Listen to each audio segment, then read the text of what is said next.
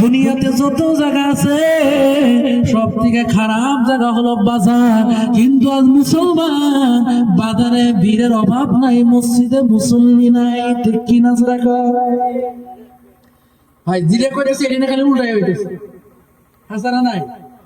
মসজিদে গেলে 17 রাকাত নামাজ পড়তে লাগে 8.5 মিনিট, বাজারে এক কাপ চা খাইতে লাগে 2.5 ঘন্টা, ঠিক কিনা? আছে না? আসলে থাকবো না কে? বাজার তো আর জীবনে পাবো না, এরকম নাকি? বাজার হলো শয়তানের জিদুল রহমতের কারখানা। যেরকম সুবহানাল্লাহ। অনেকে আবার টিস্কারি করে কয় মোল্লার দৌড় মসজিদ পর্যন্ত, কি কয়? টিস্কারি করে না? অনেকে টিস্কারি করে না, মোল্লার দৌড় মসজিদ পর্যন্ত। ভাই এই কথা যদিও টিস্কারি করে কইছেন, কিন্তু মোল্লার দাম আরো বাড়ছে। বাড়ছে কেমনে বাড়লো? নবীর কথার দাম বেশি না আমাদের কথার দাম বেশি? একটু জোরে কই। সব থেকে পাওয়ারফুল নেতা নাম কি?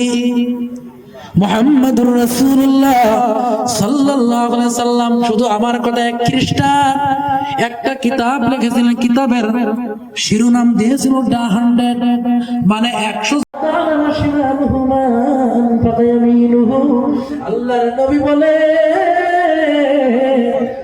কি এমন ভাবে দান করে, ডান হাতে দান করে বাম হাতে টের পায় না। আল্লাহর নবী বলে তাকে আরশের ছায়াতলে ছায়া দিয়া আল্লাহ বিনা হিসাবে জান্নাত দিয়ে দেবে। সুবহানাল্লাহ। 7 নম্বর গুণ হলো রাজুলুন যাকারাল্লাহ খালিয়ান ফাফাজাত আইনা। আল্লাহর নবী বলেন আল্লাহর বান্দা গভীর রাতে উঠে আল্লাহর জিকির করে। কার জিকির? কার জিকির? আল্লাহর জিকির করে চোখের কোণা দিয়া পানি জল করে পড়ে।